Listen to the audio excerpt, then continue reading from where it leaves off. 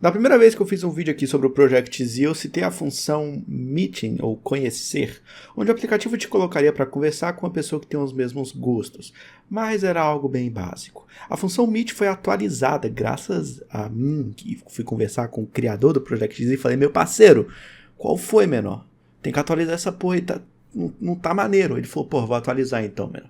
E agora ficou tudo muito mais completo. Todo o esquema ficou bem mais simples, mas também, como eu já disse, mais completo. Pega a visão. Você pode escolher conversar por texto. Então a janela vai se abrir para você trocar papo com a pessoa e depois de 180 segundos, também conhecidos como 3 minutos, você vai poder decidir se quer aceitar conversar mais com a pessoa ou não. Se você for alguém mais desinibido ou simplesmente alguém que não gosta de digitar, você também pode entrar em call com a pessoa e a regra é a mesma. Depois de 180 segundos, você pode aceitar ou não continuar a conversa com ela. E se você escolher conversar por voz e não souber exatamente como começar, o aplicativo tem algumas ideias para quebrar o gelo, entre aspas. Vale a pena dar uma conferida. É tudo muito melhor. E o algoritmo sempre vai tentar te jogar para alguém que tem os mesmos gostos que você, além de que você mesmo pode definir alguns parâmetros para busca, como o gênero da pessoa, ou a idade, ou o local em que ela vive, etc.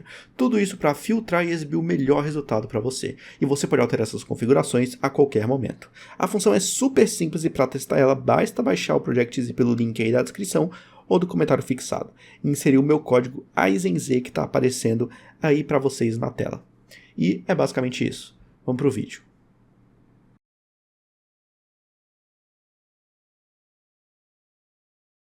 Seria algum tipo de opinião impopular eu afirmar o óbvio de que Turma da Mônica Jovem é muito melhor que muito mangá meia boca por aí?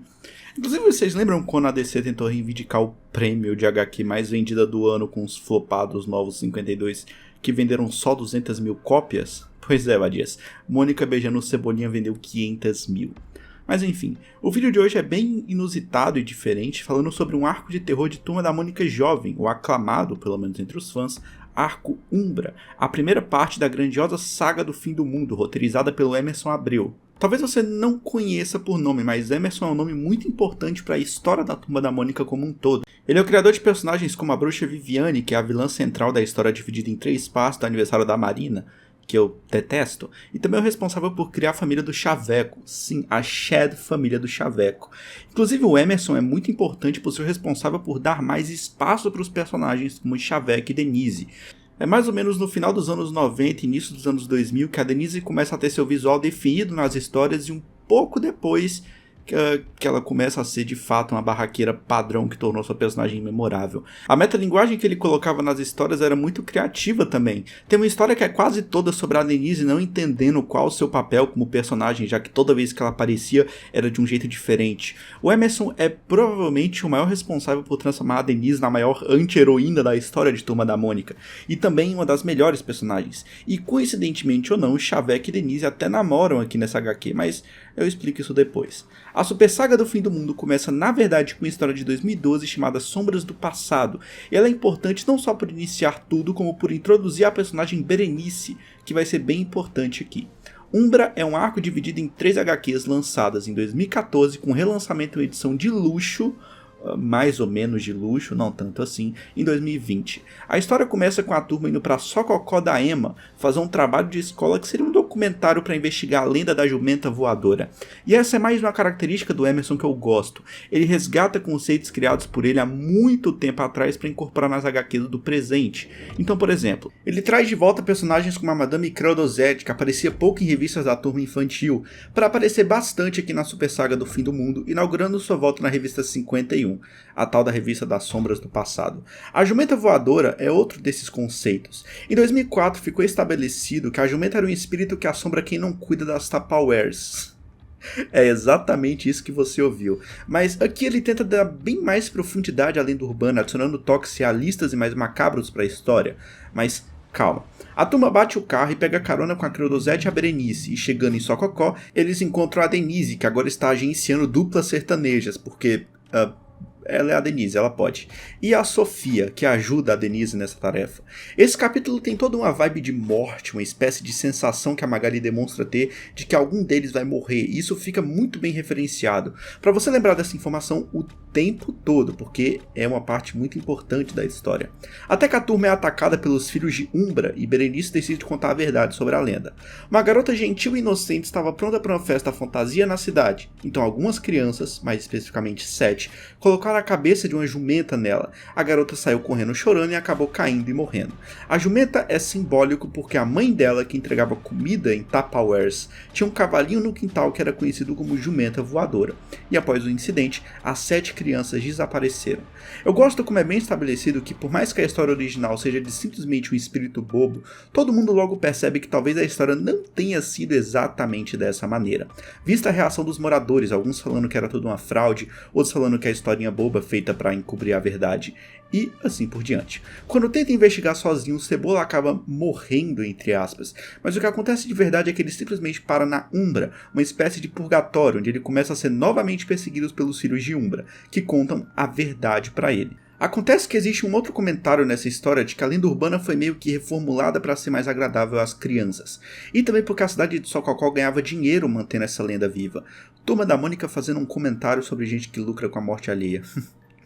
Interessante. Acontece que, na verdade, a história era a seguinte: existia realmente uma mulher que entregava comida nas Tupperwares para as crianças, mas a filha dela não era doce e gentil, ela tinha muita inveja e ciúme.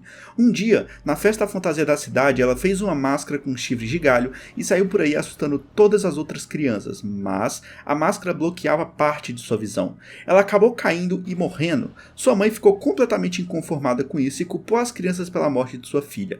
Ela trocou sua alma com a serpente, que é uma espécie de entidade, e colocou todas as crianças dentro da Umbra, que é tipo o purgatório, em troca de ter sua filha de volta.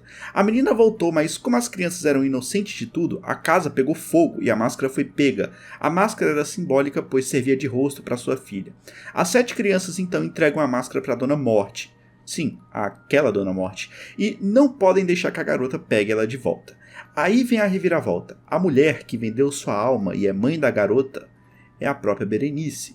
Eu acho maneiro a forma como a reviravolta é preparada, com o Kim questionando que a Berenice e a Creodosete estavam na direção errada para chegar em Sococó, e depois com a Berenice contando que essa era a cidade natal dela. Ou até o elemento mais óbvio, ela contando a história exaltando as características boas da garota, que na verdade era sua filha. Na verdade, é exatamente por ela que descobrimos a primeira versão sombria, o que depois fica bem suspeito quando você lê por uma segunda vez. Eu não esperava que a Berenice fosse a mãe o tempo todo, talvez eu tenha subestimado muito Turma da Mônica jovem, tipo, muito mesmo.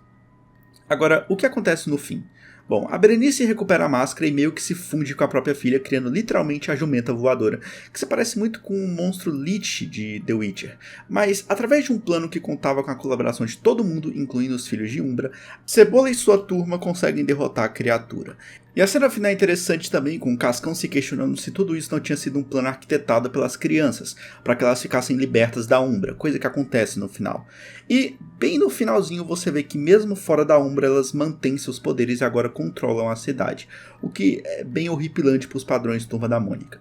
O arco Umbra é um dos mais impressionantes de Turma da Mônica e revitaliza muito uma série que vivia com histórias bem medianas. Não é a primeira vez que o sobrenatural é de alguma forma abordado nessas revistas, mas aqui é bem mais pesado que o padrão, já que envolve até questões relacionadas à morte infantil e à morte de um personagem mega importante que é o Cebolinha.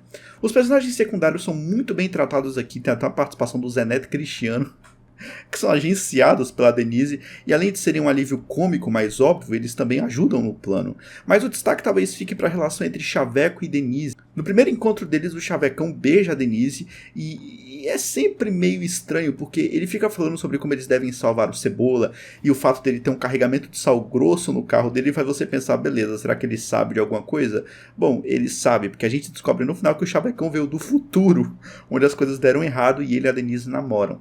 Sim, tem até viagem no tempo aqui. Tem também o plano da Magali de usar as câmeras para ver os fantasmas, e a câmera é um objeto bem estabelecido, ela aparece na capa da revista, e a primeira revista, o volume 74, começa justamente com o Cebolinha gravando a Mônica em uma espécie de found footage ou coisa do tipo, e ela também diz que isso é ciência. Olha, eu não sei o quão precisa cientificamente a Magali tá sendo nessa cena quando ela fala que câmeras podem detectar fantasmas e qualquer tipo de atividade paranormal, mas Foda-se, ela é a Magali.